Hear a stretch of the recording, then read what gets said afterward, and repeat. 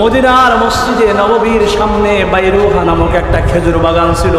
তৎকালীন যুগে সবচেয়ে সুন্দর সমৃদ্ধময় একটা বাগান, যেই বাগানের খেজুর দিয়ে গোটা মদিনা চালানো সম্ভবপর ছিল।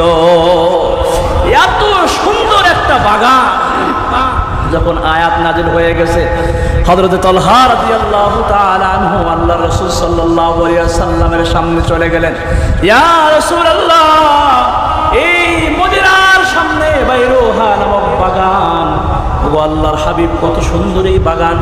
আপনি মাঝে মাঝে আমার এই বাগানে প্রবেশ করে নিজের হাত মোবারক দিয়ে সুন্দর পানিগুলো আপনি পান করেন। ইয়া রাসূলুল্লাহ, আমার এই বাগানটা আমি আল্লাহর রাস্তায় সদকা করে দিতে চাই। ওই বাগানের খেজুরের দাম তৎকালীন যুগে সবচেয়ে বেশি ছিল।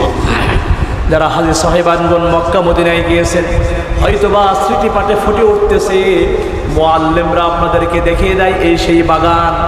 রাসূলুল্লাহ সাল্লাল্লাহু আলাইহি ওয়াসাল্লাম বেশি বেশি এই বাগানে যাইতেন। আল্লাহর হাবিব বললেন, রে তালহা, তুমি তোমার এই বাগানটা তোমার গরিব অসহায় আত্মীয় স্বজন যারা আছে ওদের মাঝে দাও। বলে, না ইয়া রাসূলুল্লাহ, আমি ফি সাবিলিল্লাহ, আল্লাহর জন্য দিতে চাই। বলে, তালহা রে, তোমার নৈকট্য কোনো বন্ধু আহবাব আছে কিনা যারা এটা পাওয়ার উপযুক্ত, তাদের মাঝে দাও। নাসর বান্দা তালহা ডাক দিয়ে বলে, ইয়া রাসূলুল্লাহ, না না না, আমি আমার এই বাগানটাকে একমাত্র আল্লাহর সন্তুষ্টির জন্য দিতে চাই। যতদিন আপনি দুনিয়ার জমিনে থাকবেন, আপনি থাকবেন না কিয়ামত পর্যন্ত যত মানুষ আসবে, ওগো আল্লাহর হাবিব, সবাই যেন এই বাগান থেকে উপকৃত হতে পারে, আমি তালহার জন্য দোয়া করে।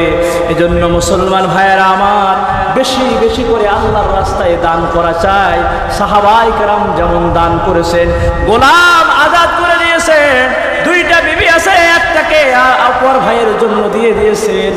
সম্পত্তিকে দুই ভাগ করে এক ভাই এক অংশ আনসার মুহাজির যারা হিজরত করে এসেছে তাদের মাঝে দিয়ে দিয়েছে।